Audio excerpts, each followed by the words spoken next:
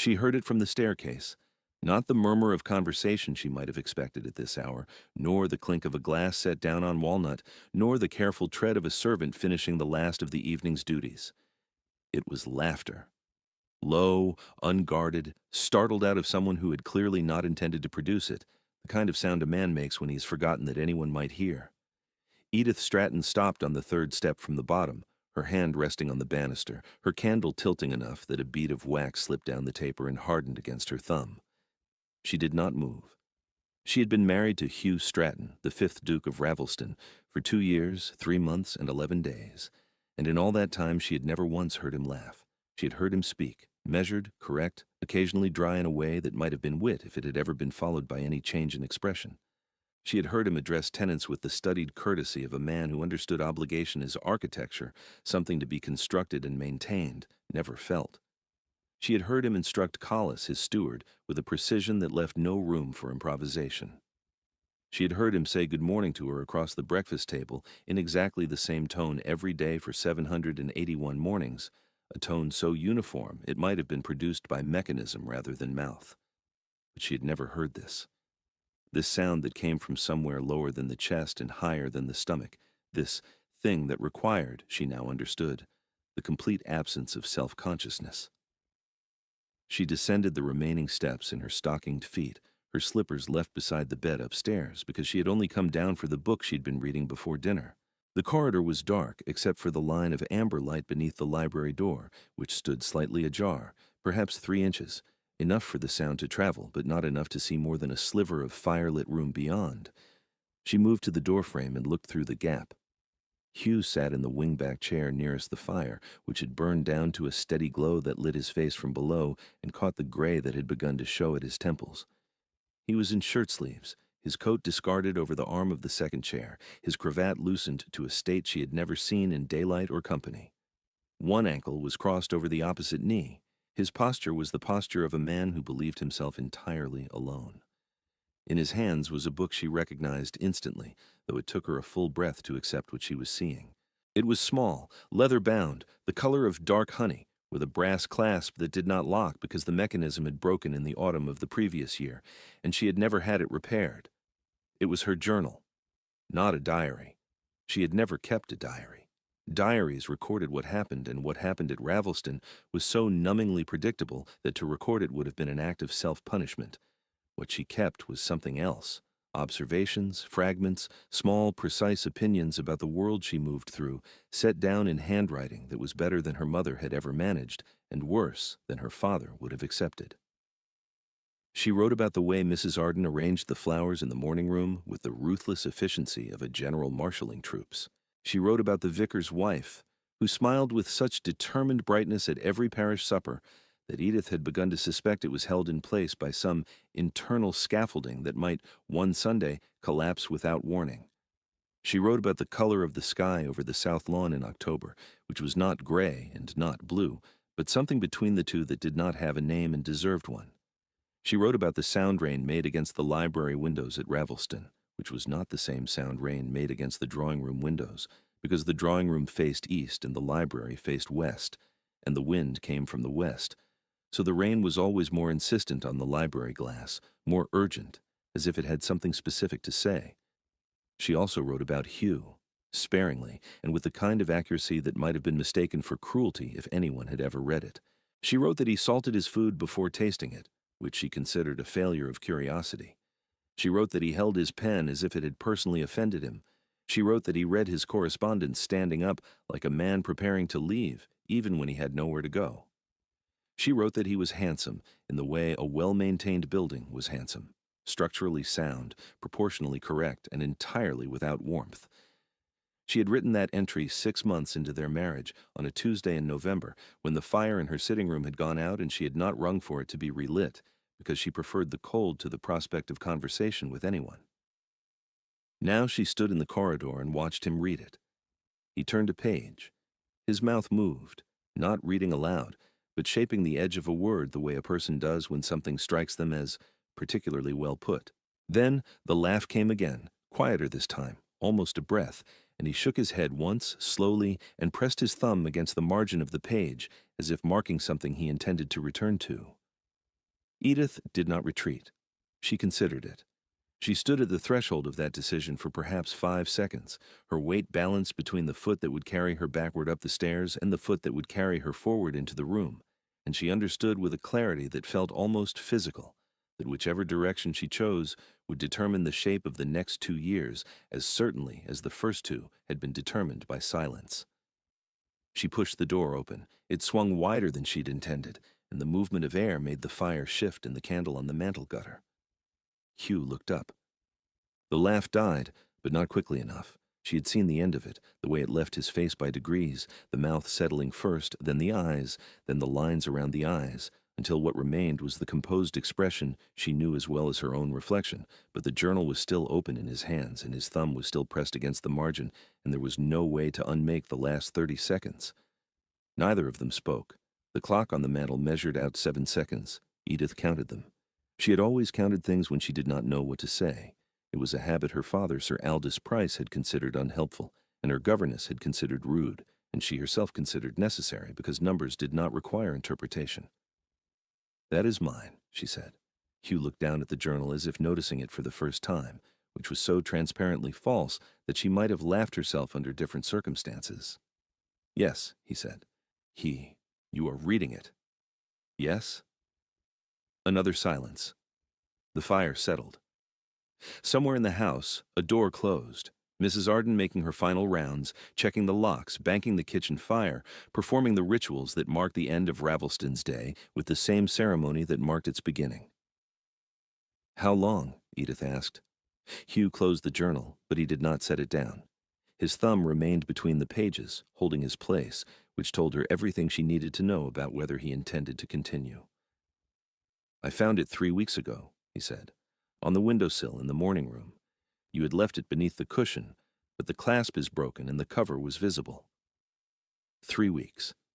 21 days of entries read without her knowledge, 21 days during which he had sat across from her at breakfast with his usual expression of polished neutrality and known exactly what she thought of the way he salted his food.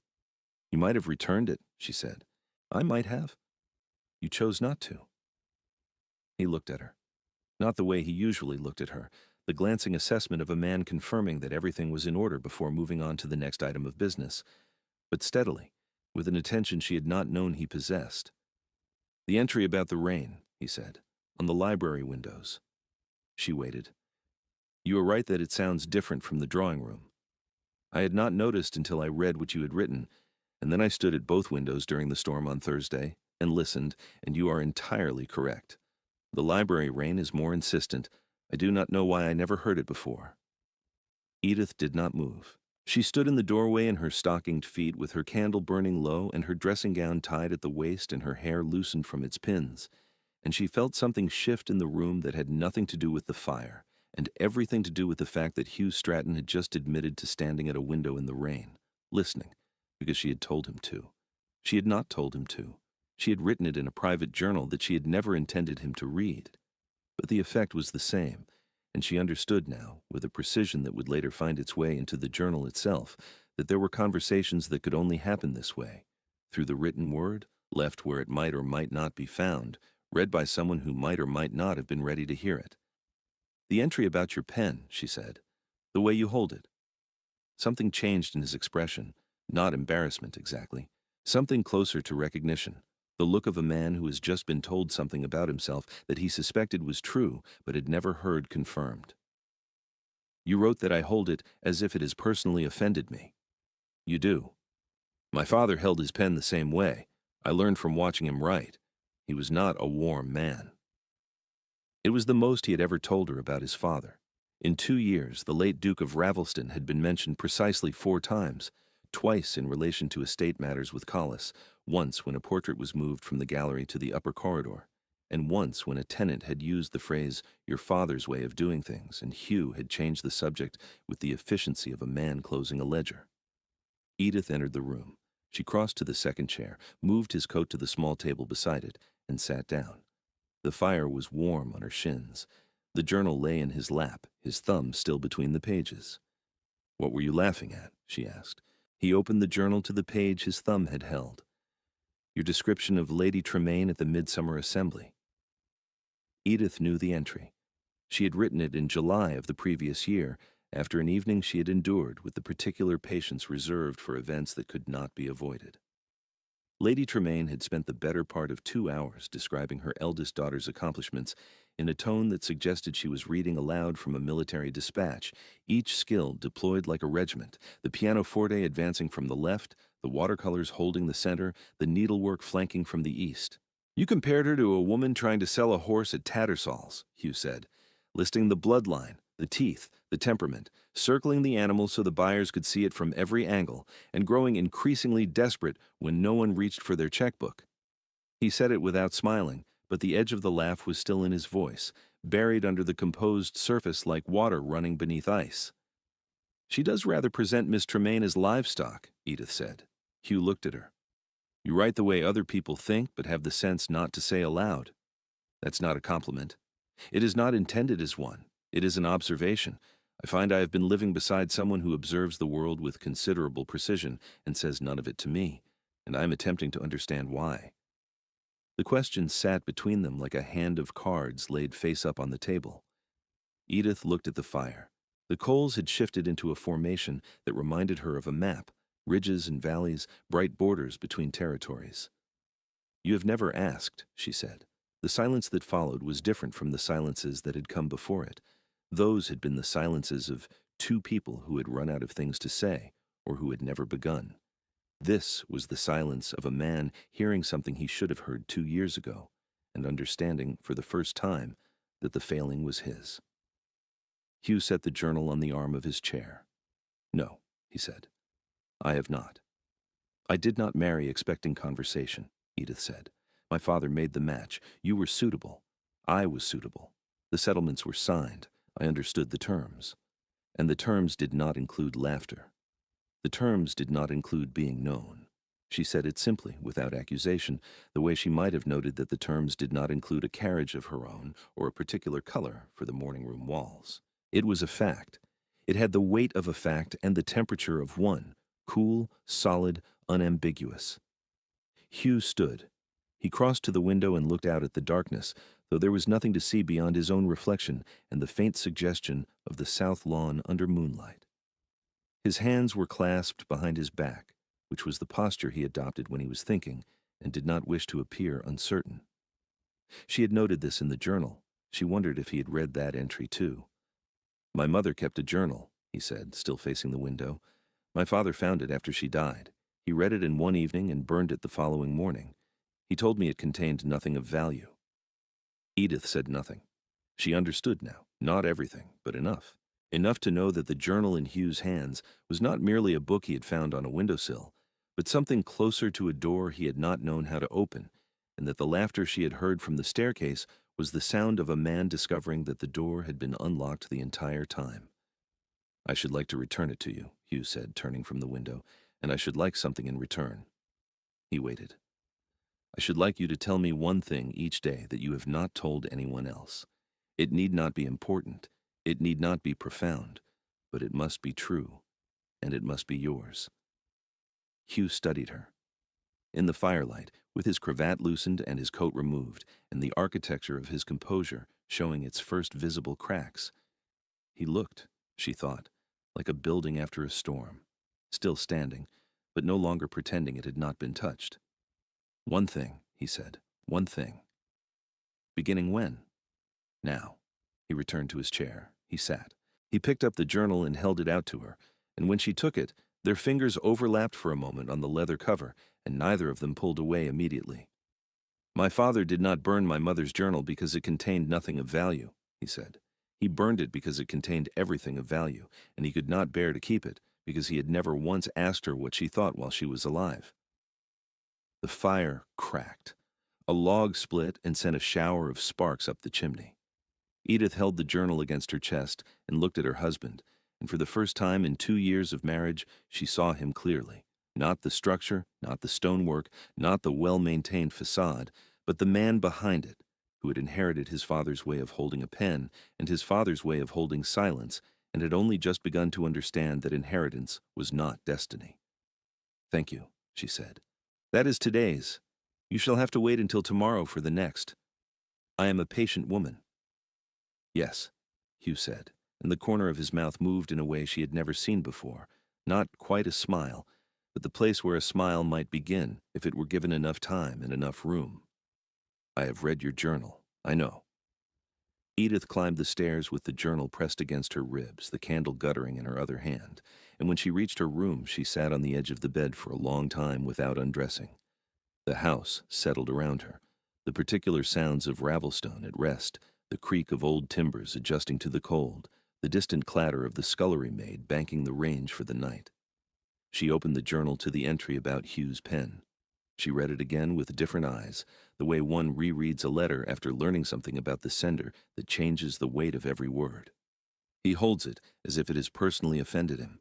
She had meant it as a small, sharp cruelty, a private joke at the expense of a man who gave her nothing to work with. Now it read differently. Now it read like a woman describing an injury she had not recognized as one. She did not write a new entry that night. She could not find the right distance from the subject. Too close, and it would read as sentiment; too far, and it would read as the same cool cataloging she had been doing for 2 years. She set the journal on her nightstand, blew out the candle, and lay in the dark. And for the first time since her marriage, the silence in the house felt less like absence and more like the held breath before speech. The days that followed were not transformed. Ravelston did not suddenly become a house of laughter and warmth, because that was not how stone warmed, slowly, from the inside, the way a hearth heats a room not all at once but by degrees, the walls absorbing what the fire offers and holding it. The first evening after the library, Edith came down to dinner expecting something. She was not certain what.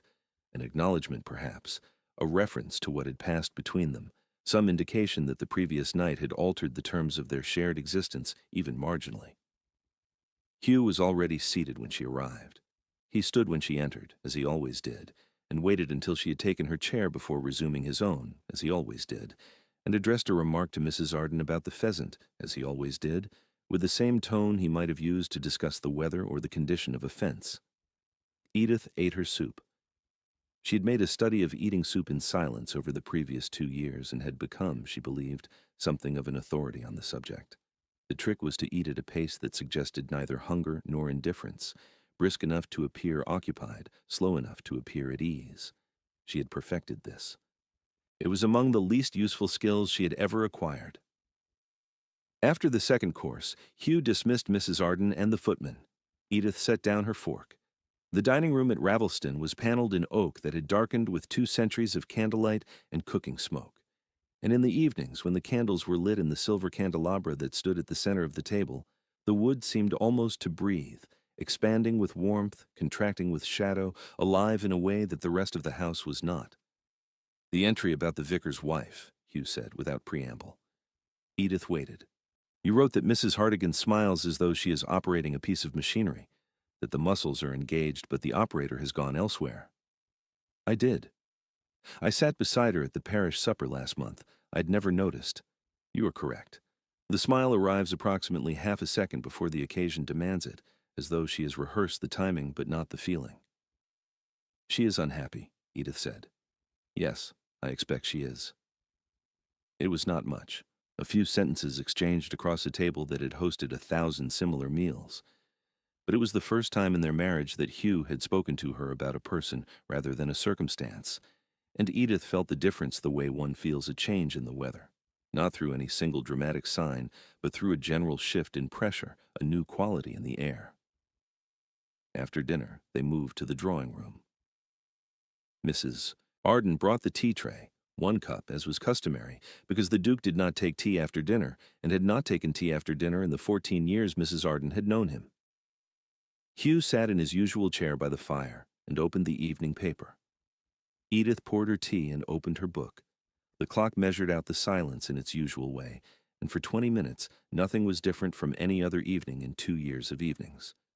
Then Hugh folded the paper, set it on the side table, and said, I was afraid of the dark until I was 12. My father considered this a deficiency of character. He removed the candle from my room when I was 7, and each night I lay in the dark and counted the minutes until morning, because if I was counting, I was not thinking about what might be in the corners. Edith looked up from her book. Hugh was staring at the fire with an expression she might have mistaken for calm if she had not been watching closely.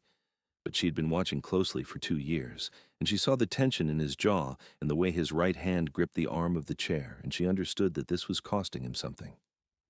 "Thank you," she said. He nodded once, stood, and left the room. It was not graceful. It was not the tender unfolding of two hearts reaching toward each other across a candle-lit room. It was a man dropping a stone into a well and walking away before he could hear it land.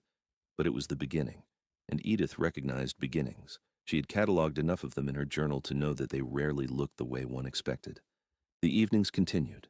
Each night after dinner, when the candles were lit and Mrs. Arden had withdrawn, Hugh told her one thing, that he disliked the portrait of his grandfather in the gallery because the eyes followed him in a way he found accusatory, that he could not eat plover's eggs without thinking of a governess who had forced them on him at the age of 6 and whom he had never forgiven, that the sound of the front door closing in winter reminded him of a particular afternoon when he was 9, and had hidden in the ice house because his father's voice had been louder than usual, and the ice house was the one place in the grounds where sound did not carry.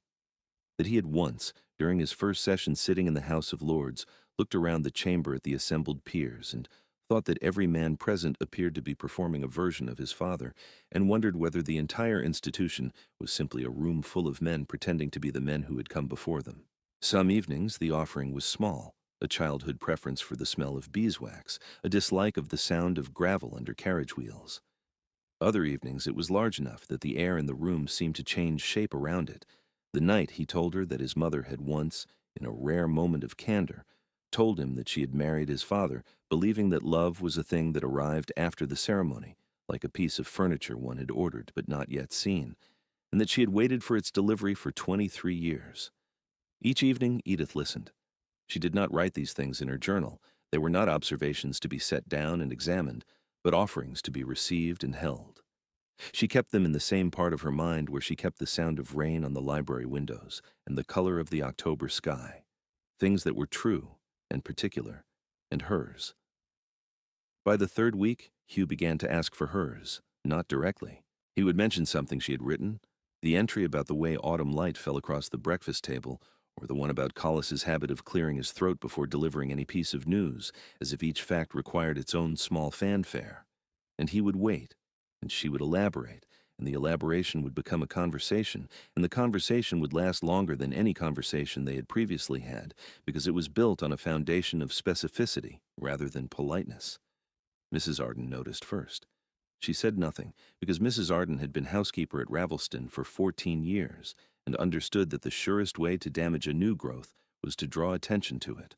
But she began setting the tea tray with 2 cups instead of 1, and she began leaving the drawing-room fire built higher in the evenings, and she mentioned to the kitchen that her Grace seemed to be taking her meals with his Grace more frequently, and that this was not a thing to be discussed, but a thing to be accommodated. Collis noticed second, because the Duke began asking questions about the tenants that went beyond yields and rents, their children's names, their particular difficulties, the things they had mentioned to the Duchess during her morning calls that they would never have mentioned to him. Hugh had not previously known that Edith made morning calls. She had been doing it since the 4th month of their marriage, walking the 2 miles to the village and back 3 times a week, learning the names and circumstances of every family on the estate, because no one had told her she could not, and because the alternative was another morning in the silent house with only the rain for conversation. "You know them better than I do," Hugh said one evening. "I know them differently," Edith said. "They do not perform for me the way they perform for you. When the Duke arrives, they show him the things a Duke is expected to see. When I arrive, they show me the things that are actually there." "And what is actually there?" "The Hatchett family needs the east cottage roof repaired before winter.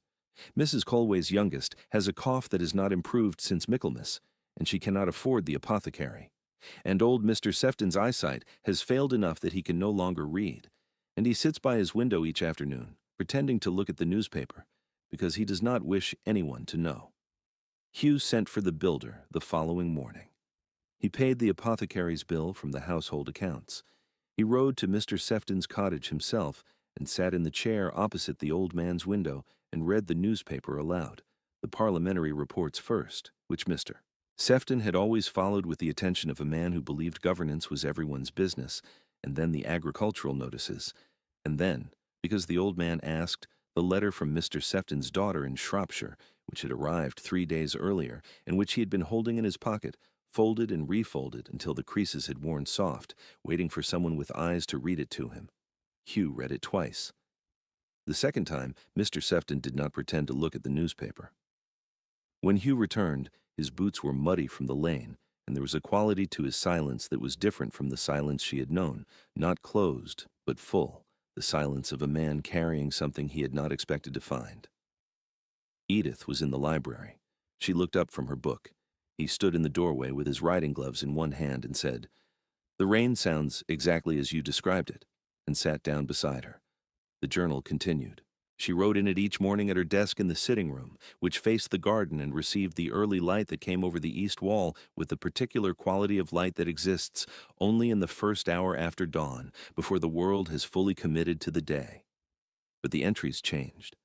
Where once they had been the observations of a woman cataloging a world she moved through alone, they became the observations of a woman in conversation, still precise, still sharp, still occasionally ruthless in their accuracy, but directed now toward a man who would, she knew, read them eventually, because she had begun leaving the journal on the library windowsill where he could find it. The broken clasp was never repaired. Hugh never mentioned the entries he read. He did not need to.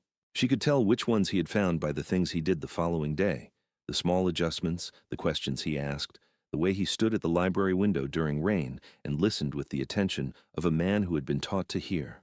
In the spring of their 3rd year, Edith gave birth to a daughter. They named her Frances after Hugh's mother, whose journal had been burned and whose observations had been lost and whose voice, Edith understood now, had been the voice Hugh had been listening for when he opened the honey-colored book on the library windowsill. Hugh held his daughter with the careful uncertainty of a man holding something he had not known he wanted. Edith watched from the bed, her hair damp against the pillow, her body exhausted, her mind still cataloging. The weight of the child in his arms, the way his hand covered the small dark head entirely, the expression on his face, which was not the composed expression she had known for 2 years, but something rawer and less finished, something that had not yet learned to perform itself. Mrs. Arden stood by the window, her hands folded, her face arranged in the expression of professional composure she had maintained through 14 years of service, but her eyes were bright, and when the child made a sound, not a cry, something softer, a note of inquiry directed at no one, Mrs. Arden turned toward the glass and pressed her knuckle against her mouth, and Edith loved her for it. "One thing," she said. He looked at her. "I am afraid," he said, "that I will hold her the way my father held me, at a distance, through glass. You are already not holding her at a distance." "No," he said, and adjusted his grip, drawing the child closer against his chest. "No, I am not." The journal entry Edith wrote the following morning was the shortest she had ever composed. 2 sentences, set down in her best hand, the ink dark and certain on the page. "He is learning. So am I." She left it on the windowsill. The clasp remained broken. The cover was visible. At Ravelston, the rain fell against the library windows with its usual insistence, and in the drawing room, where it was quieter, a man who had inherited his father's silence sat reading his wife's words and occasionally, when no one was there to hear it, laughing. They arrive here, like a page left open where it might be found, whenever they are ready.